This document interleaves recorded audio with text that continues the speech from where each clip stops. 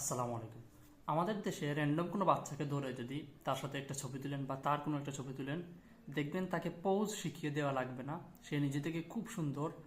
এবং আপনি যখন ফটো তুলবেন আপনি নিজেই এত সুন্দর পোজে দাঁড়াতে পারবেন না, সে যত সুন্দর পোজে দাঁড়াবে।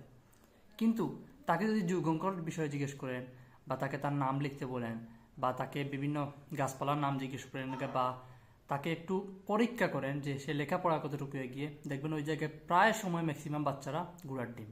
কারণ বাচ্চারা এ থেকে বোঝা যায় যে আননেসেসারি জিনিস বাচ্চারা বেশি শিখতেছে এবং নেসেসারি জিনিস যেটা প্রয়োজনীয় সেটা কম শিখতেছে। এর অন্যতম কারণ হচ্ছে টিকটক। টিকটকের মধ্যে আমি অনেক চেষ্টা করেছি, আমার টিকটকের সামনে যে ভিডিওগুলো আসে, আমি সাধারণত টিকটক ইউজ করি না, স্ক্রল করি না, এরপরে আমি চেষ্টা করি যে সামনে যে ভিডিওগুলো আসে ওখানে যেন শিক্ষণীয় ভিডিওগুলো আসে। এবং এই বিষয়টা আসলে আমি এইখানে ব্যর্থ, আমি পারিনি টিকটকে ঢোকার পরে সামনে শিক্ষণীয় ভিডিও নিয়ে আসতে। কারণ টিকটকের অ্যালগোরিদমটা এমনভাবে বানানো যে ভিডিওগুলো ভাইরাল বা যে ভিডিওগুলো আমার আশেপাশের মানুষ বানায় এবং ওইগুলোই সামনে বেশি আসে। এবং আসলে আশেপাশে বা আমাদের বাংলাদেশে খুব ভালো কন্টেন্ট টিকটকে কেউ বানায় না, ওই নাচ গানই যথেষ্ট এবং বিভিন্ন ধরনের ফাউল কথাবার্তা বা ফানি কন্টেন্ট এগুলো দিয়ে ওরা, তাই ওখান থেকে নেসেসারি কোনো জিনিস শিখতে পারা যায় না।